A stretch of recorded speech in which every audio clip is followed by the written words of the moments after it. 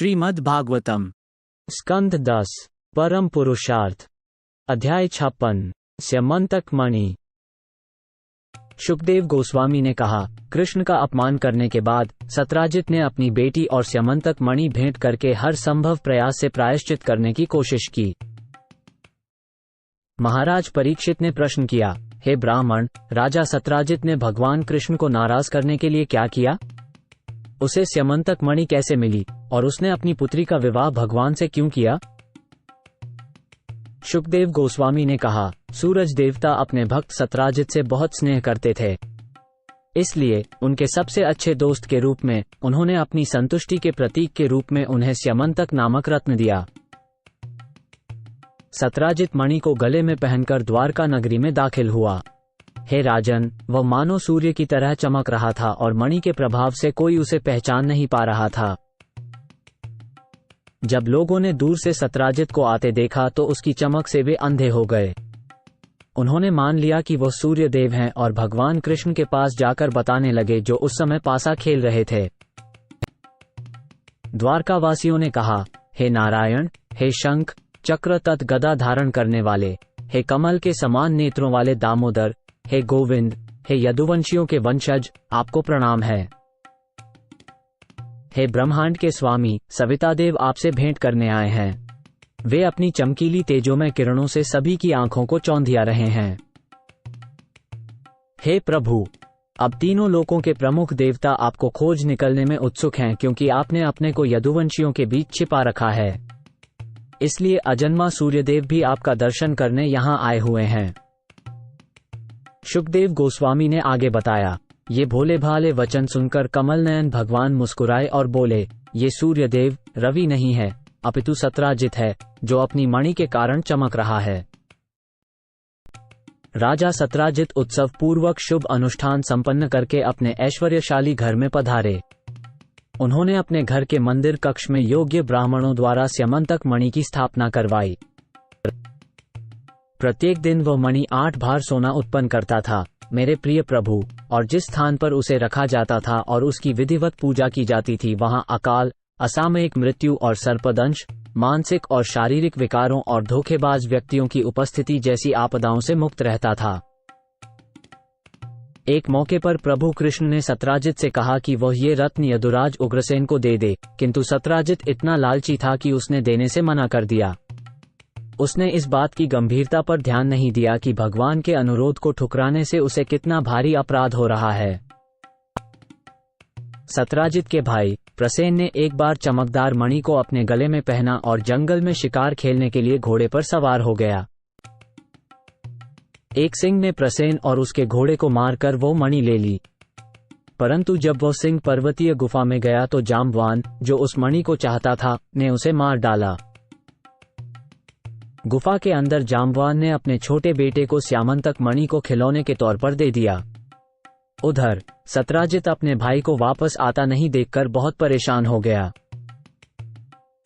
उसने कहा, संभव है कि कृष्ण ने मेरे भाई को मार डाला है, क्योंकि वह अपने गले में मणि पहनकर जंगल गया था। जब लोगों ने यह आरोप सुना तो वे आपस में कानाफूसी करने लगे। जब भगवान श्री कृष्ण ने ये अफवाह सुनी तो उन्होंने अपनी कीर्ति पर लगे दाग को हटाना चाहा। अतः उन्होंने द्वारिका के कुछ नागरिकों को साथ लेकर प्रसेन के रास्ते को खोजने के लिए प्रस्थान किया। जंगल में उन्हें प्रसेन को और उसके घोड़े को मरे हुए पाया गया। दोनों को सिंह ने मारा था। आगे चलकर उन्हें एक पहाड़ी के किनारे पर मरा हुआ सिंह मिला, जिसे ऋक्ष जाम्बवान ने मार डाला था। भगवान ने ऋक्षराज की भयानक और घोर अंधेरी गुफा के बाहर प्रजा को बिठा दिया और फिर वो अकेले ही गुफा के अंदर दाखिल हो गए। वहां भगवान श्री कृष्ण ने देखा कि बहुमूल्य रत्न बच्चे के खिलौने बनकर रहे हैं। उसे लेने के निश्चय के साथ वे उस बालक के पास गए। उस असाधारण व्यक्ति को अपने सामने देखकर बालक की धाई डरकर चिल्ला पड़ी। उसकी चीख सुनकर बहादुरों में सबसे बहादुर जाम्बवान गुस्से में भगवान की तरफ दौड़ा। अपने असली पद से अनभिज्ञ और उन्हें एक सामान्य व्यक्ति समझकर जाम्बवान अपने स्वामी भगवान के साथ क्रोधित होकर लड़ने लगे। दोनों ने जीतने के इरादे से घोर संग्राम छेड़ दिया। पहले उन्होंने विभिन्न तरह के हथियारों से और फिर पत्थरों, वृक्ष की शाखाओं और अंत में अपनी नंगी बाहों से लड़ाई लड़ी। वे एक दूसरे से ऐसे भिड़ रहे थे जैसे मांस के टुकड़े के लिए झपटे पड़े दो बाज। ये युद्ध बिना विश्राम के 28 दिनों तक चलता रहा। दोनों एक दूसरे पर मुक्कों से प्रहार कर रहे थे, जो तड़तड़ाहट वाले बिजली के बोल्टों की तरह गिरते थे। भगवान कृष्ण के मुक्कों के प्रहार से जांबवान की उभरी हुई मांसपेशियां कुचल गईं, उसका बल कम होने लगा और अंग पसीने से तर हो गए। वो बहुत चकित हुआ और भगवान से बोला। जांबवान ने कहा, अब मुझे ज्ञात हो गया है कि आप सभी जीवों की प्राणवायु और इंद्रिय, मानसिक और शारीरिक शक्ति हैं। आप आदि पुरुष, परम पुरुष, सर्वशक्तिमान नियंता भगवान विष्णु हैं। आप ब्रह्मांड के सृष्टिकर्ताओं के परम निर्माता हैं और सभी बनाई गई वस्तुओं का मूल आधार हैं। आप सभी को वश में करने वालों के वशीभूत करता हैं, सभी के ईश्वर और सभी आत्माओं की परम आत्मा हैं। आप वही हैं जिनके क्रोध को थोड़ा प्रकट करने वाली दृष्टि ने अथाह जल के भीतर के घड़ियालों और तिमिंगिल मछलियों को क्षुब्ध कर दिया था, जिससे सागर को रास्ता देने के लिए मजबूर होना पड़ा था। आप वही हैं जिन्होंने अपना यश स्थापित करने के लिए एक महान पुल बनाया, लंका नगरी को जला दिया और जिनके बाणों ने रावण के सिरों को काट दिया, जो पृथ्वी पर गिर पड़े।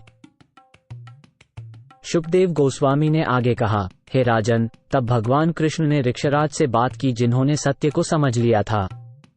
देवकी के पुत्र कमल नेत्र भगवान ने सर्व आशीर्वाद देने वाले अपने हाथ से जांबवान को स्पर्श किया और अपने भक्त से अति करुणामयी स्वर में, बादलों की गर्जना जैसी गंभीर वाणी में कहा।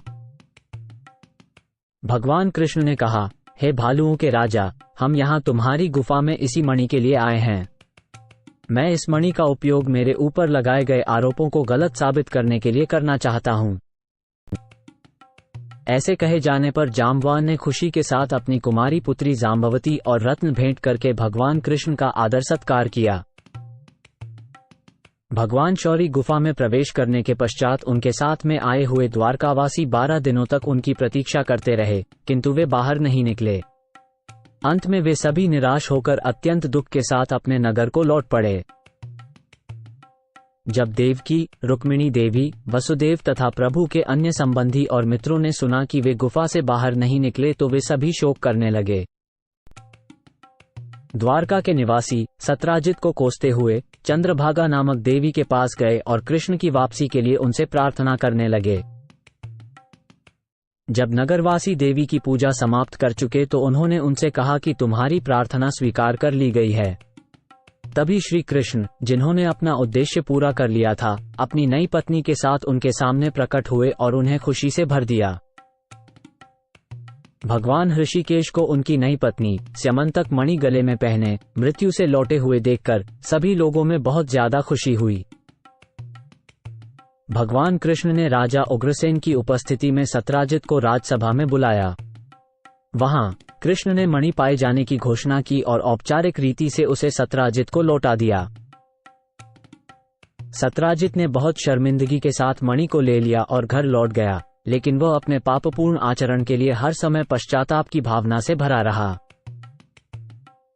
अपने घोर अपराध पर विचार करते हुए और भगवान के शक्तिशाली भक्तों से संघर्ष की संभावना से चिंतित राजा सत्राजित ने सोचा, मैं किस तरह अपने पापों से छुटकारा पा सकता हूं और भगवान अच्युत मुझ पर प्रसन्न हो सकते हैं।